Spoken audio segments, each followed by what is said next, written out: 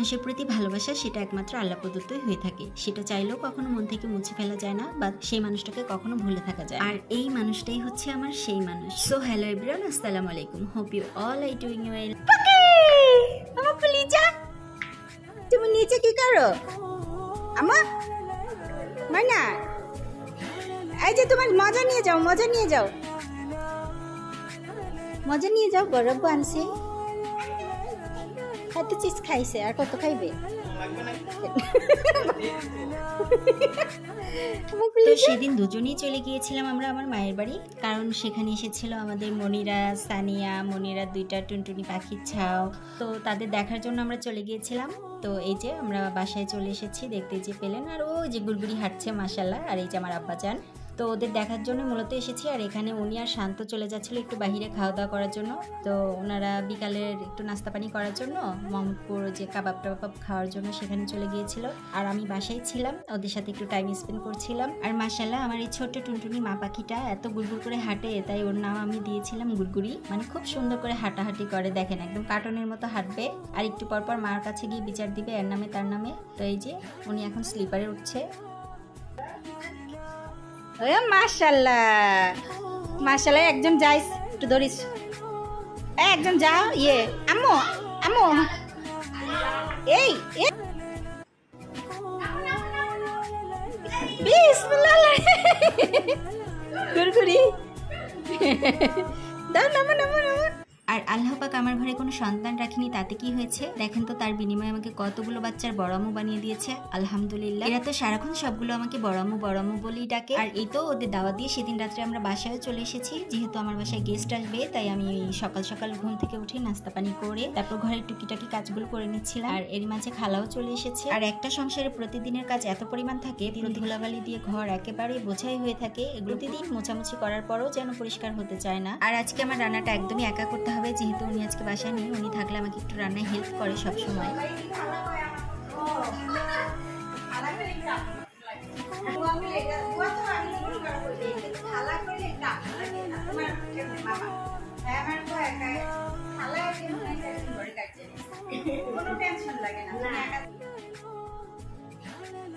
আর এই তো এখানে আমি ড্রয়িং এর কাজটা একেবারে কমপ্লিট করে আমি গেস্ট রুমে চলে এসেছি। আমি গেস্ট রুমটাও পরিপাটি করে গুছিয়ে নিচ্ছি, যেহেতু গেস্ট আসবে এই রুমেই বসবে, এই রুমেই শুয়ে থাকবে। আর এখানে দেখতে পাচ্ছেন রং বিরঙের পাঞ্জাবি। তো এখানে হচ্ছে আমার বুড়ো আমার শাড়ির সাথে ম্যাচিং করে পাঞ্জাবি কিনতে কিনতে অনেক পাঞ্জাবি হয়ে গেছে, আলমারিতেও অনেক পাঞ্জাবি আছে, তো বিভিন্ন কালারের পাঞ্জাবি। তো আমি এইখানটায় পাঞ্জাবিগুলো সেট করছিলাম। আর এই তো আমি বিছানা পাটিটাও একটু গুছিয়ে নিচ্ছিলাম।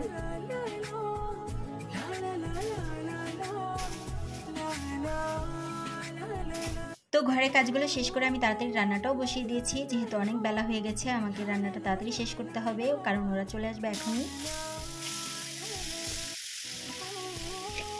তো আমি আজকে রান্না করছি হচ্ছে কচুর মুখি দিয়ে রুই মাছের একটু মাখা মাখা ঝোল। তো এই যে আমি মাছগুলো সব ভেজে নিচ্ছি, তারপর এটা আমি তরকারিতে দিয়ে রান্না করব। তো এখানে হচ্ছে আমি গরুর মাংসটা একটু হাতে মাখিয়ে কিছুক্ষণ ম্যারিনেট করে রেখে দিয়ে সেটাও একটু আমি অল্প কিছু আলু দিয়ে একটু এটাও মাখা মাখা ঝোল করব। যেহেতু আমার খালাতো বোনেরা ঝোল তরকারিটা খুবই পছন্দ করে, তাই ওদের কথাটা মাথায় রেখে আমি এদিন একটু ঝোল তরকারিগুলো রান্না করার চেষ্টা করেছিলাম। তো এই তো আমি মাংসটা ম্যারিনেট করে রেখে দিয়েছি। আর এখানে আমি তরকারিটাও বসিয়ে দিচ্ছি, যেটা আমি হচ্ছে মাছের সাথে রান্না করব কচুর মুখি দিয়ে। তো এই তরকারিটা আমি আমার মায়ের জন্য রান্না করেছিলাম। তো 3টা আইটেম 3 জনের জন্য করেছিলাম। সেই সাথে হচ্ছে মুরগির মাংস ভুনা করেছিলাম, যেটা আমার ছোট বোন পছন্দ করে ভুনা মাংসটা। তো 3টা আইটেম করার পরে আমি একদম ক্লান্ত হয়ে গিয়েছি। আর যেহেতু আমি পোলাওটা একেবারেই রান্না করতে পারি না, তো পোলাওটা আগের রাতেই অল্প কিছু করে রান্না করে রেখেছিল। আর ওদের একটু চাহিদা ছিল, ওরা সাদা ভাত খাবে, তো পোলাও বেশি রান্না না করলেও চলবে। তো পোলাও 2 জনের মতো ছিল, তো এই জন্য আর আমি পোলাওটা রান্না করিনি। তো সাদা ভাতের সাথে হচ্ছে এই তরকারিগুলো আমি রান্না করেছিলাম। আর এই যে এতক্ষণ যে রান্নাগুলো করেছি, এই রান্নাগুলো করার জন্য কিন্তু আমি একদম টাটকা টাটকা সব মশলাপাতিগুলো সবকিছুই টাটকা টাটকা নিয়েছি, যাতে আমার রান্নাটা মজা হয়। কিন্তু ভাই রান্না তো আমার সাথে একেবারেই প্রতিজ্ঞা করে নিয়েছে, তুমি যতই চেষ্টা করো না কেন আমি তোমার হাতে মজা হব না।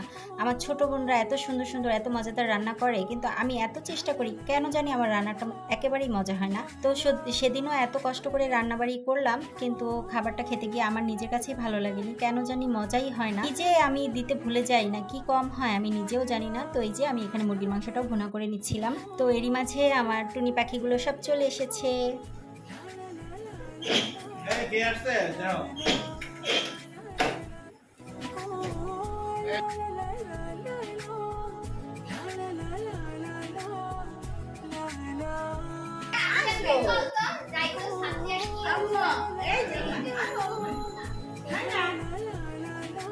আর এই যে এখানে যে গুড়গুড়ি পাখিকে দেখতে পাচ্ছেন, এটা হচ্ছে মনিরার ছোট মেয়ে। ও তো একটু টিভিতে গান শুনলে নাচা শুরু করে। দেখেন মাশাআল্লাহ, ওকে দেখলে কিন্তু সবাই অবশ্যই মাশাআল্লাহ বলবেন। তো চলে গিয়েছিলাম একটু শপিং এ, ওর জন্য একটা ছোট্ট জামা কিনতে। যে দেখেন পুতুলটার জন্য একটা ছোট্ট পুতুলের মতোই জামা কিনেছি। ওর বড় আপু বললো যে মার্কেটে যাও, গিয়ে টুনটুনি পাখির জন্য একটা জামা নিয়ে আসো।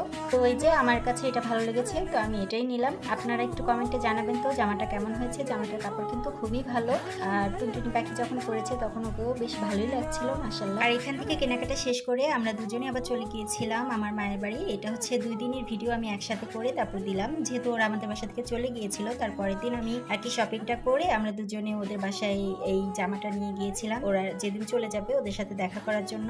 তো লিফটে এসে একটা জিনিস খেয়াল করলাম যে আমাদের দুজনেরই জামা কাপড়ের কালারটা ম্যাচিং হয়ে গিয়েছে। Matching matching.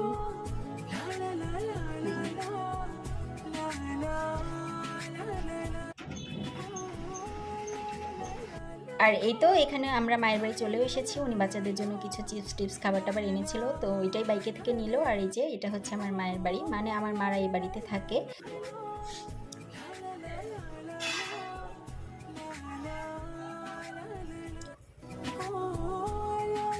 শিডিউলি দেখলাম না, শিডিউলি এক সময় আপনার কাছে জিজ্ঞাসা করলাম।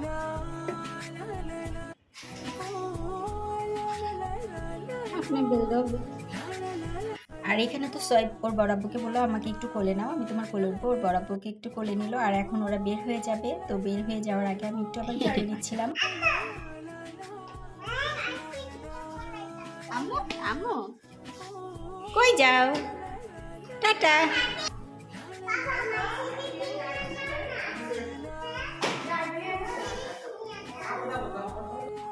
লিপস্টিক দিতে চাইতেছে।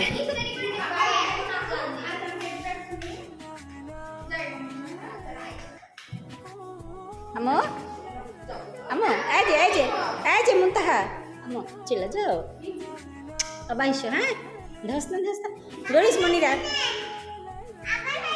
আবার আইসো নে।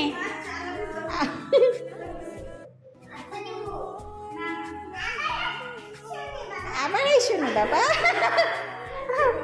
এই ব্যাগ বাবা। এই যে সোয়েব, আল্লাহ হাফেজ। আম্মু আল্লাহ হাফেজ। আচ্ছা যাও। এই যে আল্লাহ হাফেজ। তো ওদের বিদায় করে দিয়ে আমরা আবার বারান্দায় গিয়ে দাঁড়ালাম, কারণ বারান্দা থেকে ওদের দেখা যাচ্ছিল। আর আমরা সবাই অপেক্ষা করছিলাম কখন ওদের দেখবো। ওরা ওই ব্রিজ দিয়ে উঠে তারপর বাসে উঠবে। তো আমরা এই যে দেখি ওই যে মনিরা, সোয়েব।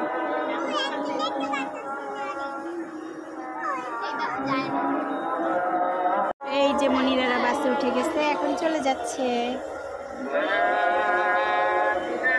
টাটা দিয়ে দাও, টাটা।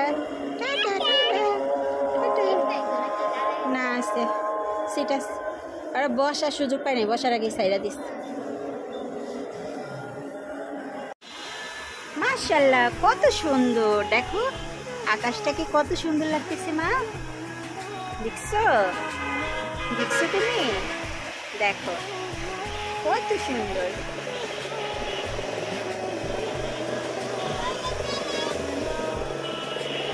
এই দেখেন, আপনারা যারা বলছেন বাংলাদেশে কোনো মিসাইল নেই, আমাদের বাসার নিচে কতগুলো মিসাইল। এই যে একটা, তারপর এইখানে এই যে টিন দিয়ে ঘেরাও দেখতেছেন না, এটার নিচে একটা মিসাইল। তারপরে এই যে আশেপাশে যত, এগুলো হচ্ছে সব বোম, দেখছেন? এটা যখন বাস্ট হবে না, আল্লাহ না করুক, তখন আর মিসাইলের দরকার নেই, এগুলো হচ্ছে বড় বড় মিসাইল।